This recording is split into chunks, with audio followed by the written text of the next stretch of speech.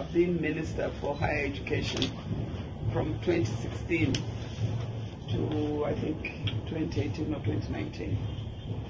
And I found that some negotiations had taken place regarding the construction of the FTJ.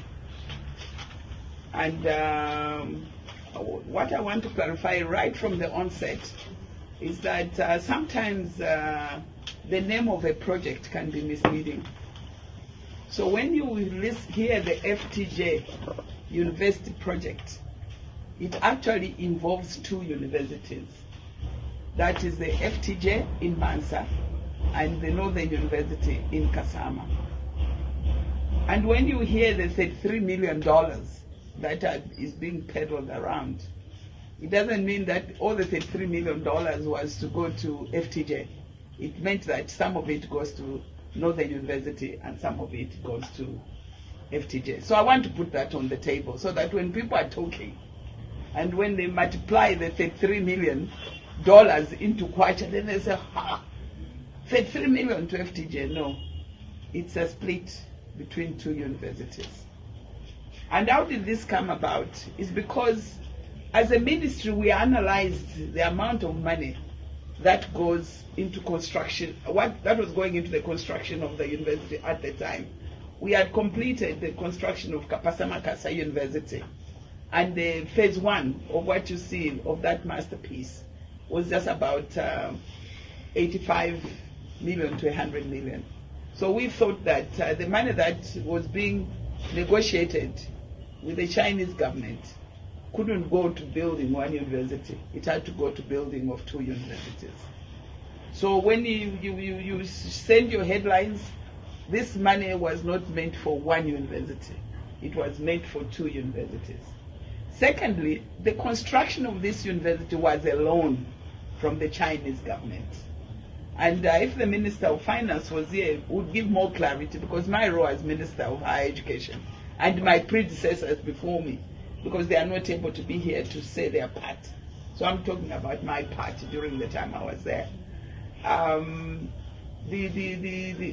money, always the lending group asks for some counterpart funding.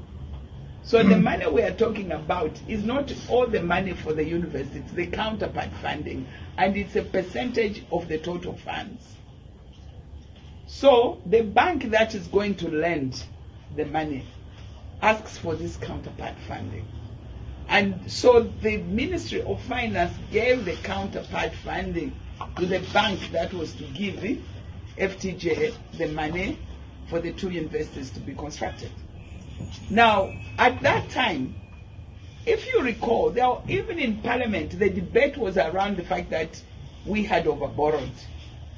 And the Minister of Finance then, who I hope she will have an opportunity, or he will have an opportunity to speak to this, made an announcement that we are going to scale down in terms of the projects that we had. They were called pipeline projects.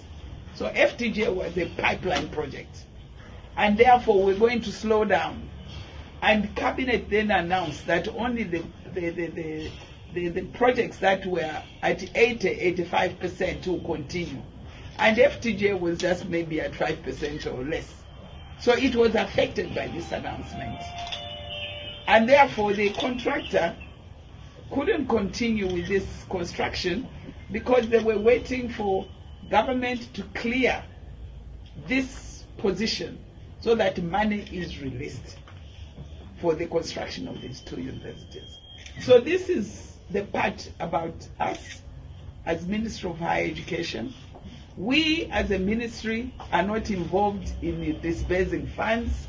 We are not involved in giving legal opinions.